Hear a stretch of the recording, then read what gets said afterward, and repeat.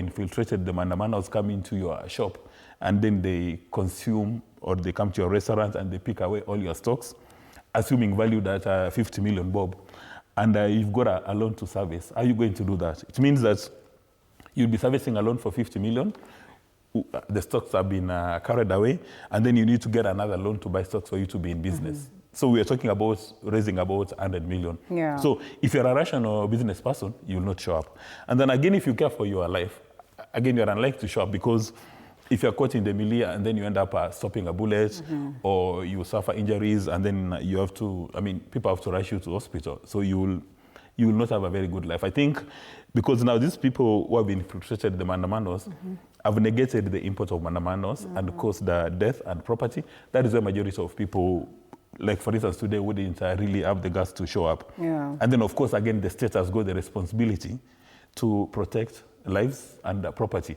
So the way I see it is probably the law enforcement officer said, we'd rather shut down Nairobi, but ensure there's no destruction of property and there are no deaths. Because utumishi kwa wote, and even the head of state, is the principal responsibility is to protect lives and property. So I suspect people sat down and took a decision. They said, let's bring Nairobi to a standstill. Because I even saw the Deputy Inspector General of Police being interviewed in the morning. He said he's seen a lot of traffic in Nairobi and people are moving all and around. You know? But probably actually saw law enforcement officers moving around town, and they confused law enforcement officers for the normal Kenyans. I'm told that Reverend is here with us.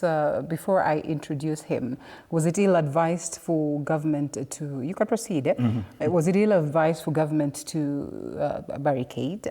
Because you see the irony of this all is that you could protect Nairobi, you could protect the cities, you could protect the industrial areas, but still there's so much going on. Personally, on my way here, there's a place I got to, and there was a lot of tension. You see fire, you see stones all over the road, and then at a certain place, like 2 worlds apart. So is there a place that is more Kenya than the other? In a way, I think the trick would be is, when are we able to organize demonstrations, say in the middle of town, in the CBD, while businesses have not been closed? Like, when professionals are doing demonstrations, like when you see teachers, nurses, medical doctors, they go around with their protests. They go up to the office of the president, they go to Bunge, and they present their petition without businesses being closed. And in my view, that would be a best practice. So that everybody, when you wake up in the morning, there are many people who don't care about the mandamandos, who don't care about their protests. Yeah. You would be a border guy, you want to make your living that day, you are running a shop, you want to make your day. So it's possible for everybody. Or rather, I think the question is, how do we make it possible for everybody in Kenya to exercise their rights without any fear?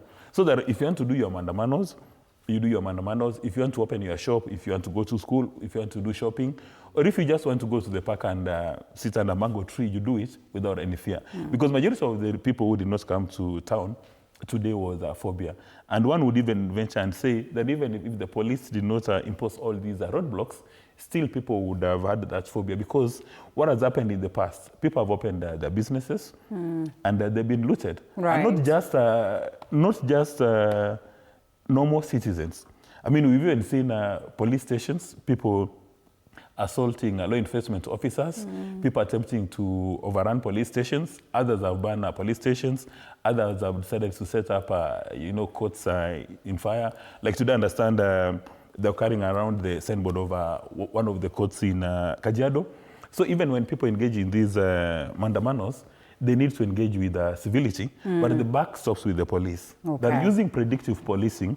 Like you remember not a long time ago, we were told that these protests were no more than, people attempted coup or protesters.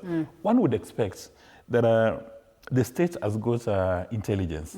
So so if you think that they're going to be terrorists within the protest, or people are plotting a coup, then you pick them up. You feel like a surgeon. You just pick out those people. But you see now, giving a blanket statement that every protester is engaging in... And after the damage has been done. Or they are terrorists, then you are really behaving in a condescending manner, that you are not allowing the people, the citizens you serve, to express their views. All right. You know, part of the reason why you have these extreme public participation is because some people believe that the elected leaders have not listened to them. Okay. So if you don't listen to us, we are coming to the streets. Fair enough. Pasaris has rescinded her position, perhaps, taking a pause on the bill that she was fronting, of course, citing the fact that she has had a lot of, quarters reaching out to her to tell her, can you rescind this position and all that. No, we will come to that. No, we'll come to that. I need to deal with that first. We need to at least say jumbo to Rev. Just hold it at that. We are coming to you shortly. Rev, Dr. Alphonse Kanga, the chairperson